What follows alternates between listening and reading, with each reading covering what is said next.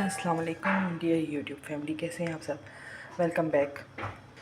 ये देखिए जी, लसूड़े रात को फ्राई किए थे, ये सेट हो गए हैं। इनका जाला वगैरह जो है वो साइड पर आ गया है। और अब ये हम इसमें से डालते हैं उसके अंदर, अचार के अंदर। ये दूसरा वाला अचार भी देखिए तैयार हो रहा है, नीचे जा रही हैं इसकी कतलियाँ मूली की। अच्छा, ये मैंने एहतियातन इसके लिए मसाले ले लिए हैं कि जो अगर इसमें कोई नमी हो तो वो ये मसाले जज़्ब कर लें। जिसमें राई टीस्पून है और टीस्पून ही मेथी दाना, मैंने मेथी दाना कूट लिया है। थोड़ी सी अजवाइन है, नीचे धड़ा मिर्च है, ये पिसी हुई मिर्च है, और ये नमक है।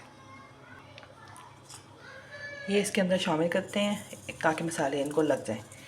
फिर ये मिक्स करके उसी अचार के अंदर, मेरे पास स्पेस है, उसी अचार के अंदर डाल।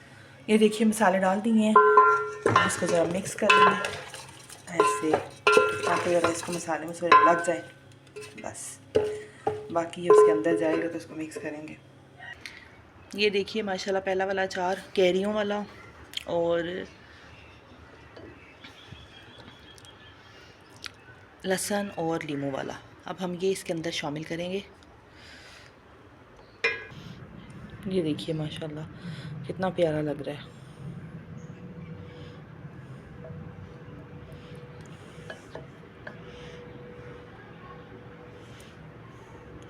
मिक्स कर लेते हैं इसको, क्योंकि ये ना मिक्स करेंगे ना तो उसके साथ इसकी खटास शामिल होगी कैरियों के साथ।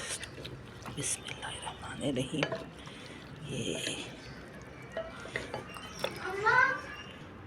ये देखिए, बस इसको टिप कर देना है और धूप पे रखना है गर्म जगह पे 3-4 दिन के लिए, ताकि ये सेटल हो जाए माशाल्लाह।